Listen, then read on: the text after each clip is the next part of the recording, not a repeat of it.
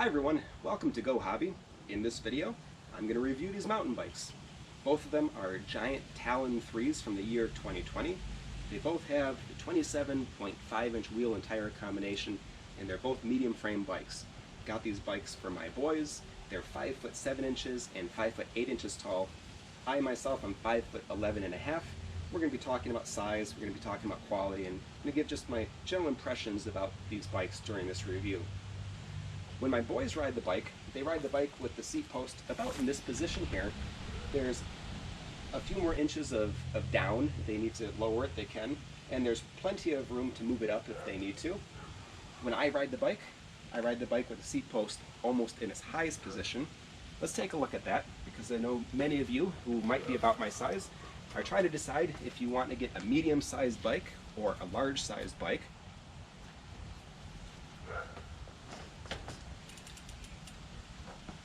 Alright, so here it is here with the crank in its lowest position. You can see that I get almost a full extension out of my leg, just a slight bend to the knee, which is the way I want it when I'm riding. Now, I spent many hours riding this bike on the trails, and I have to say it's really comfortable. Normally I ride a large framed Trek Marlin on 29er tires, but even though this bike has a slightly smaller frame than that, it's just as comfortable. So if you're on the fence between wanting a medium frame bike or a large frame bike and you're my size, you're going to be fine either way. And especially if you need to share the bike with a smaller family member, I think the medium frame is the way to go. Check out the standover height. Plenty of clearance there. Even if somebody a little bit shorter is on this bike, I think they'll be good. They've got a few inches to work with there. We've been pretty aggressive with these bikes over the summer, and they've held up well. The rear derailleur, the Acera, shifts very crisply, very quickly. The micro shift front derailleur has worked flawlessly, as have the Tektro hydraulic brakes. Up front, it has a Suntour XTC fork. Not a top-of-the-line fork, but in this price point you can't expect it to be.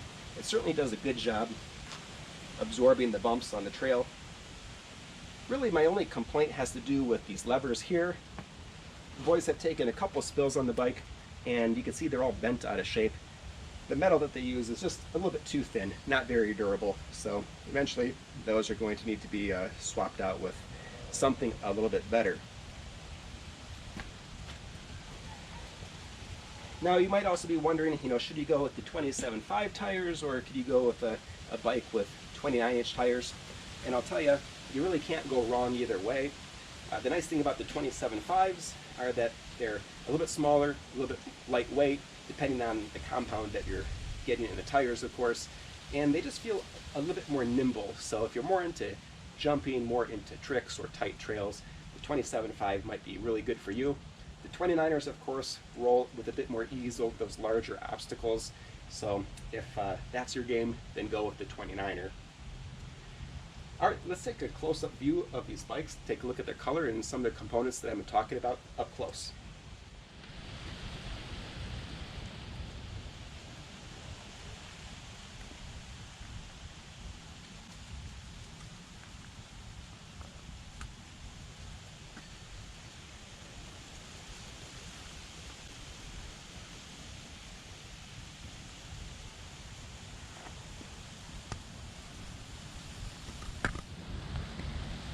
Well, I hope you found this video helpful.